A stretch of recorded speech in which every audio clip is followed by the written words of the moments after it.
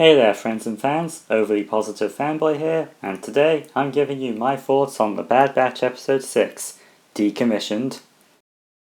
So, this episode features the Bad Batch infiltrating a factory in order to steal a tactical droid's head. This means that the episode is drawing heavily on the Clone Wars, so of course I loved it. For once, we get to see an element of the post-war galaxy beyond just the Empire's rise, as this factory is currently in the process of melting down all of the enemy battle droids. I guess it kind of serves as a parallel to the clones' ultimate fate. Both armies were engineered in order to fight this one war, and now it's over, they're just being thrown away. The battle droids aren't the only Clone Wars connection, however, as another party has come to steal the head, that party being the Martez sisters from Season 7. You know, from the Walkabout arc, the one that nobody liked. Even me, the overly positive fanboy, could see that a lot of the criticism had a point to it. Man, Filoni has some balls referencing that story again. However, I never hated Trace and Rafa, and it's nice to see them again, especially since I never thought they'd ever reappear.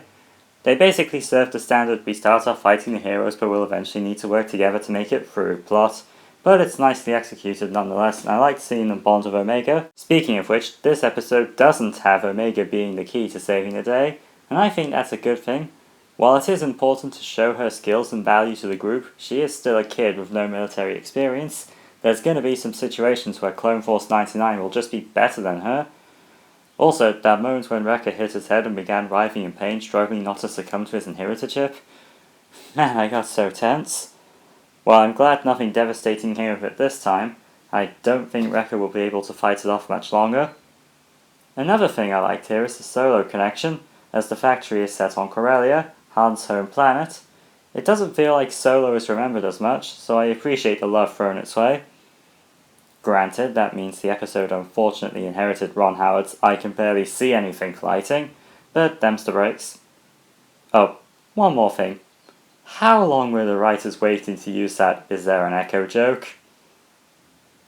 The episode's ending is good and all, but it's also a massive tease.